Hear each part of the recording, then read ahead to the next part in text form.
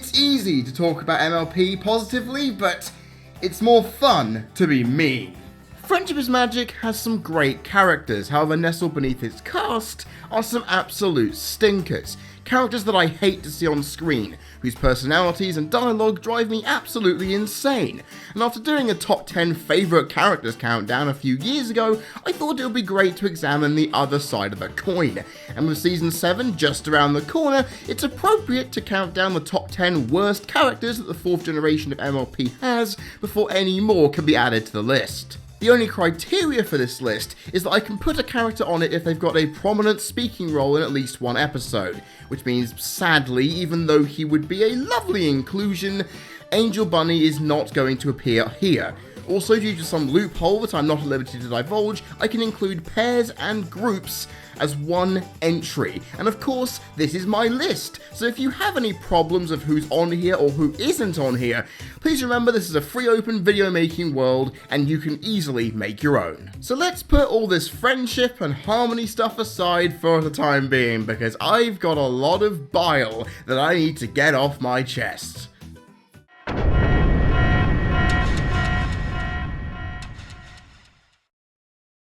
We start this countdown by talking about hate sinks, characters who are written with the sole purpose of getting on our nerves, so when the heroes defeat them, we are uproariously happy. A prime example of one is Garble, the jock to Spike's socially awkward nerd in this tale of Dragon's social hierarchy, showcasing himself as a self-obsessed bully with a cocky demeanour and having a desire for proper social standing that he doesn't entirely deserve. He was a hate sink personified, built to look tall only for Spike to push him down. However, in Season 2's Dragon Quest, he didn't get pushed down completely, as he made his return in Season 6's Gauntlet of Fire 4 years later.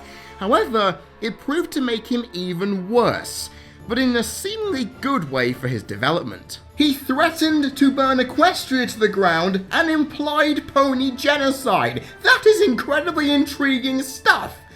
However, by the end of the episode, the hate sink trope really did catch up with him. Way to belittle a potentially interesting recurring character by reducing him to hugging everyone he meets for all eternity. Even with his interesting moments, Garble is still a one-dimensional villain who I hate for the right reasons.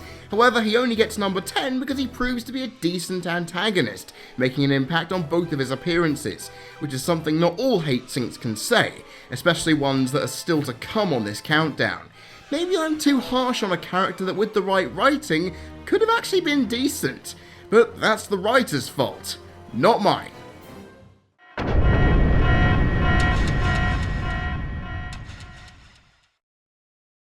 Equestria is vast, with only a small amount of places within the world being shown so far. Some of them, though, hold pivotal roles in some characters' growth and episode narratives. Through this, we discover not just how these places are run, but how their residents act as well, and unusually that's a point of contention for me. Because for this spot, I'm not only putting the residents of Canterlot on here, but the residents of the Crystal Empire as well. While that may seem far-fetched and ridiculous to comprehend, remember what I said in the intro. Plus, the prospect of throwing the people of both of these important locations into the mud was too good of one to turn down. You know why? Because they both have terrible people living within their walls! The residents of the Crystal Empire, after being gone for millennia, came out of their frozen state as greedy, judgmental and ignorant people who rarely represent the love that their icon and princess preach. The residents of Canterlot are just as bad, being equally as judgmental, snobbish and socially restrictive, not being fit for the inclusive and open royal castle that makes them the capital of this world.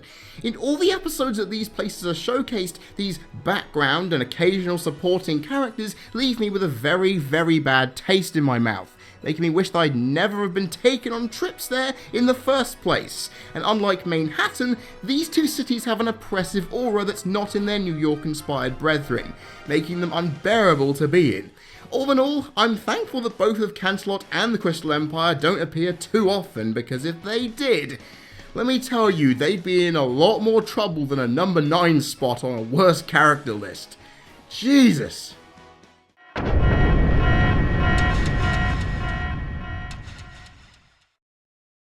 The royals in Equestria have been omnipresent staples of this series' storytelling since the first episode. They are linchpins for the morals of the show, and in some cases are quite complex characters to watch. As the song adequately states, you're a princess, you'll play your part. However, there is one question I have to ponder. What part does Princess Cadance play exactly? Sunbutt raises the sun and is the future-foreseeing god of the universe. Moonbutt raises the moon and through dream visions helps guide lost souls on their way. Starbutt encourages togetherness and friendship through diplomacy and learning. As for Heartbutt, she rules an empire of love and forces love on people who are fighting with each other? What? She's in charge of an empire that, as I showcased in the last entry, are anything but loving and compassionate, which is a sublime conflict of interest, especially when you consider that it took royal approval to make them forcibly love a changeling. She oversees an important kingdom, yes, but she does little else. Sure, we dealt with her wedding being sabotaged by a love-leeching parasite, but the real her did precious little to help with the cause. We watched her kingdom and Equestria be defended without her, and showcased her solely as a character who exists as a metaphorical presence rather than a literal one. Even her husband, Shining Armor, a character who's been perceived as a stressed out, overly excitable idiot, gets more out of the show than Cadance does. All Cadance has to show for herself is that adorable hoof shake with Twilight, her part in some sublime musical numbers, and being a plot device for episodes she barely contributes to, doing most of it with a forced smile on her face. And while Twilight has issues with being a princess in Twilight's kingdom, which are worthy of examination, I think that Cadance should be asking herself the same questions. It is easy to understand why she's liked by the fandom. She's cute, has a nice appearance, and she's got a good moral compass to match. But the thing is, based on what I've seen in this show throughout its running, she is the mere shell of what a royal in Equestria is capable of, and that is just wasted opportunities for a character who should be a lot more interesting than what we actually have. Maybe she was just a merchandising opportunity after all. You be the judge.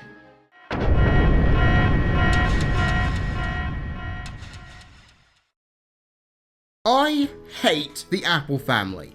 Don't get me wrong, the core bunch have their moments, and in one pink ribboned case is a favourite of mine, but their family as a whole are full of characters who are, well, just irritating.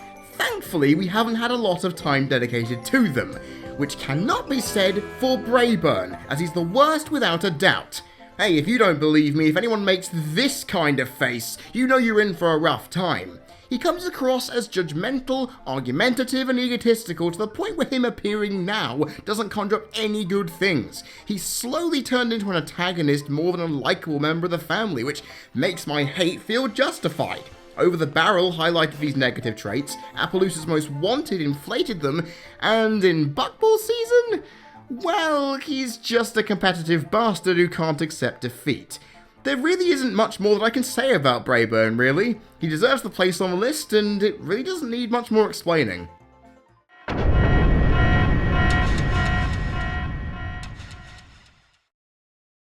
I know many of you are going to be very irritated by this next pick. Then again, it's my list, so you know where you can take your opinion and shove it. This, ladies and gentlemen, is Rainbow Dash. Now, here is the character that first drew my ire. Season 1 highlights exactly why Rainbow Dash has for the longest time been one of my most hated characters. As the tomboy of the main six, she showcased crass disregard for her friends' feelings, an egotistical demeanour, and so much confidence that it would often be her downfall. Every time she was on screen, she'd be in your face, making you want to likely punch her. And when you add the idea of her being impervious to punishment most of the time, it just makes the concept of her being likeable in any way simply unfathomable. Sure, she was punished by the Wonderbolts for reckless behaviour, but before season 6, she got away with so many arrestable crimes, it is frankly ridiculous. She caused a building structure to fall so she could save someone to buff up her own ego. She broke into Ponyville Hospital to steal a book because of social anxiety problems. And finally, she blew up Cloudsdale's weather station to stop her turtle from hibernating. If you did that in real life, you'd be in prison for sure. What is wrong with Equestria where they can't use the rule of law effectively? As a result, when I see Scootaloo praise such a horrible role model, it really doesn't paint her in the best light. However, saying that though, Rainbow Dash does have some redeeming qualities. As the series has progressed, she's shown to have the biggest, most consistent character growth of all of the main 6, showing her emotional frailties, strength, grace, humility and leadership, altogether making her much more tolerable. But when I look at the bigger picture, Rainbow still has those selfish tendencies that when shown, really make the hate come flooding back. She's a flawed character, yes, indeed. However, that abrasive first impression will always leave a black mark against her no matter how good she becomes. She may not be as high as I would have put her 4 or 5 years ago, but I don't forget, and in this case, I won't forgive. 6th place is fine, but I know it could have been a lot worse.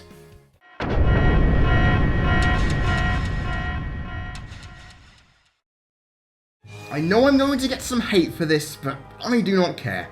I hate Tree Hugger. While I don't mind hippie characters as they can be creatively written if done right, I can draw the line at one being the walking billboard of a cliched stereotype of the entire subculture. It's just benign and quite irritating to watch. She exists primarily to stir an antagonistic pot that didn't even need to exist to begin with. Hell, she's the antagonist. Tree Hugger is the antagonist of this episode, but she isn't being treated like one, allowing for the reformed Discord to play that role, which led to Make New Friends But Keep Discord, while being funny at times, proved to be a taxing experience to watch, as this character calmly stood by while all forms of chaos literally erupted around her.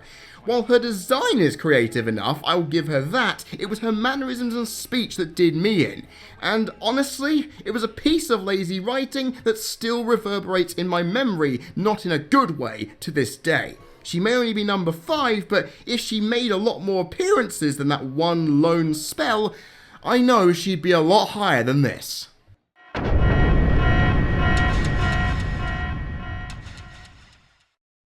Garble had the luck of being perennially important to Spike's character development to warrant a second appearance. But what about those hate sinks whose time in the sun was just like Icarus? They went up there thinking they would shine, only to be burnt to a crisp and fall directly into the ocean, sinking to the bottom, never to be seen again. Well, that's the fate that has befell not 1, not 2, but 3 different villains. Prince Blueblood, Zesty Gourmand, and Sven Gallop.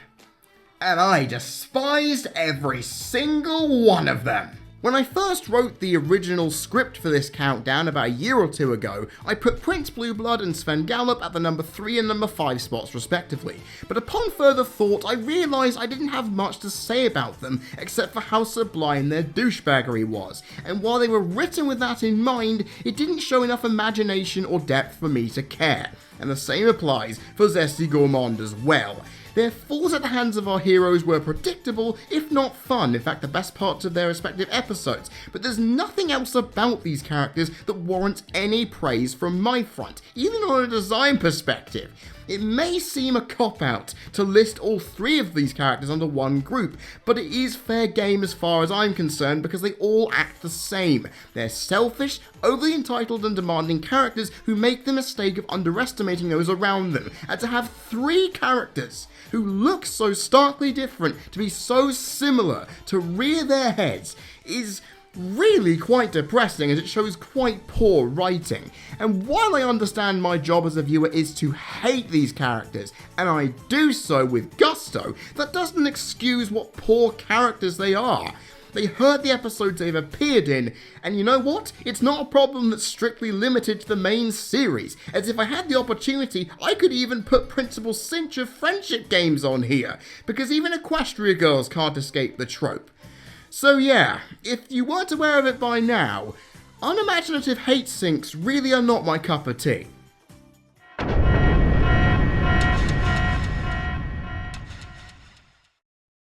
Season premieres and finales have antagonists that are portrayed as complex, deep, and entertaining. I can say that for most of them. As for King Sombra, on the other hand, not so much. Sombra from the outset is a villain who is supposed to be quite terrifying. He's hyped up as being this all-powerful, domineering, and frightening villain who should be feared at what power he possesses. However, here's the kicker. We barely saw any of it! Other major villains in this show have used their power at its best, being able to overwhelm and test our heroes to their max. King Sombra? Well, he didn't. He was all hype, especially considering half the episode didn't even consider him as part of it, as the narrative was established around the threat of him returning. Not him actually attacking, but just the threat, where a simple colour palette shift and thorns in buildings were all we got of his invasive dark magic. And sure, Twilight and Spike were thrown asunder by his curse, but unlike what I've just mentioned, it wasn't him in the moment, was it? And therefore, it doesn't seem as imposing. Hell, his character design is so over the top and screams of stereotypical villain, you must fear me, that it's difficult to take him seriously. And when he finally arrives, his fire was so quickly extinguished to no fanfare at all. His threat, while providing great tension for the viewer, did nothing else to really encapsulate what he was capable of. And while we did get a minimal glimpse of what terror that could have been in a war-ravaged Equestria reboot in Season 5's finale The Cutie Remark, it was far too late for my feelings to be swayed as he disintegrated into nothingness. King Sombra is a villain who could have been great. Based on his appearances, though, I feel we are left mulling over what might have been. Then again, if there is any solace, at least the comics have done him justice. Thank you, Fiendship is Magic. A lot of people owe you one for that.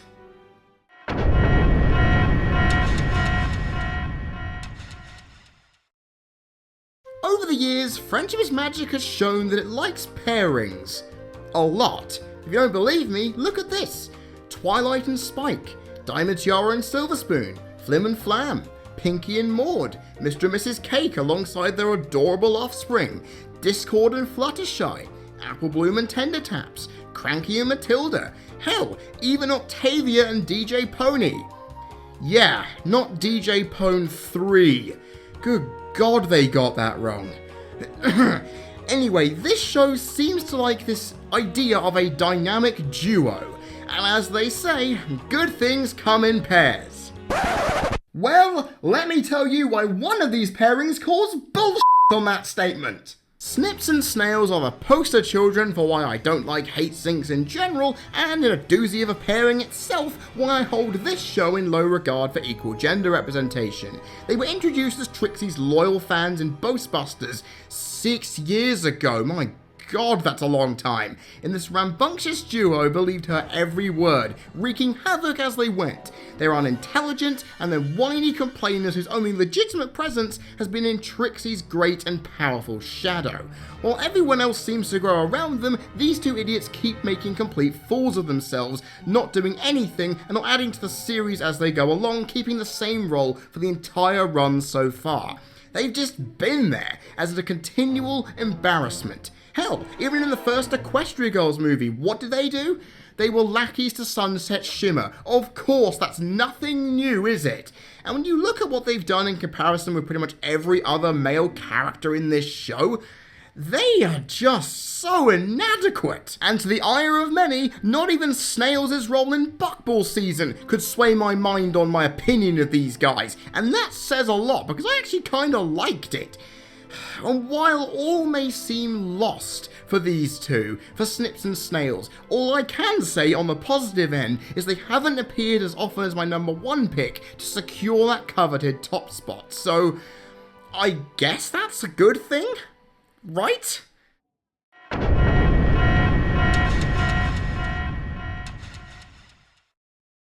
I've already highlighted a lot of hate syncs on this countdown, but I've saved the worst for last because she stands mane and tail above everyone else. To the point where every time I hear her name mentioned, I just want to punch something.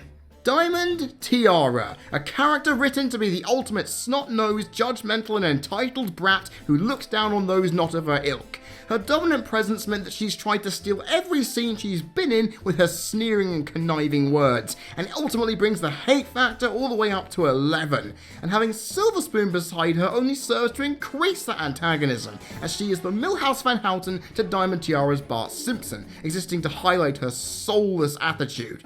However, when Silver Spoon showed legitimate compassion and endearment, Diamond Tiara continued to spew putrid bile, and in episodes following, seeing them both continue on like nothing had happened after that, made me realise that when push came to shove, both of these characters would notice how fake their pairing is. So when Silver Spoon decided not to be at Diamond Tiara's side in Crusaders of the Lost Mark, I didn't feel sorry at all for this antagonist.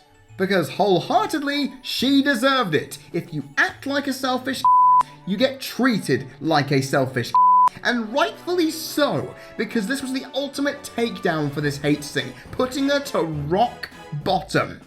However, as a result, we got sympathy and depth for a character that we'd hated for nigh on 5 years. Whether that's a good thing, however, is up for debate. Her reformation made Crusaders of the Lost Mark one of the most significant and important episodes that this show has done to date.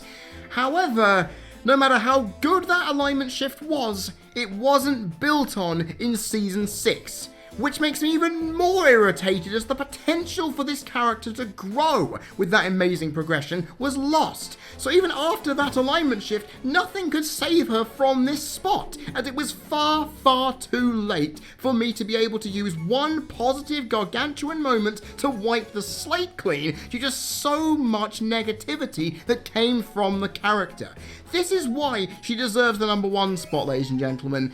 And honestly, I don't think any character is ever going to depose her from here. I have been Freddie Thomas, you've been people watching, this has been the top 10 worst MLP characters countdown for the CC Network, and I will see you all next time.